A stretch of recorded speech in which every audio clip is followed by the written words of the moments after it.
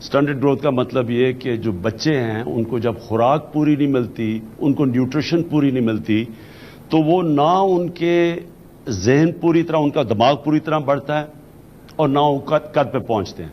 मैं आज ये लोगों को बताता रहा हूं, लोगों को समझ नहीं आती, तो ये मैं आज आपको एक पिक्चर दिखा रहा हूं। ये अगर आप पिक्चर देखें, इसमें एक तरफ 2 साल का बच्चा दिखाया हुआ है जिसकी एक नॉर्मल ब्रेन है, यानी वो उसको सही ग़िज़ा मिल रही है और उसकी जो ज़हन है वो सही तरह बड़ा हो रहा है। एक तरफ ये है और दूसरी तरफ ये आप बच्चा देख रहे हैं, क्योंकि इसको ग़िज़ा पूरी नहीं मिल रही, आप देख रहे हैं कि इसका जो पूरा दिमाग है वो पूरी तरह बढ़ ही नहीं रहा। और ये हम 45% पाकिस्तान के बच्चों की बात कर रहे हैं।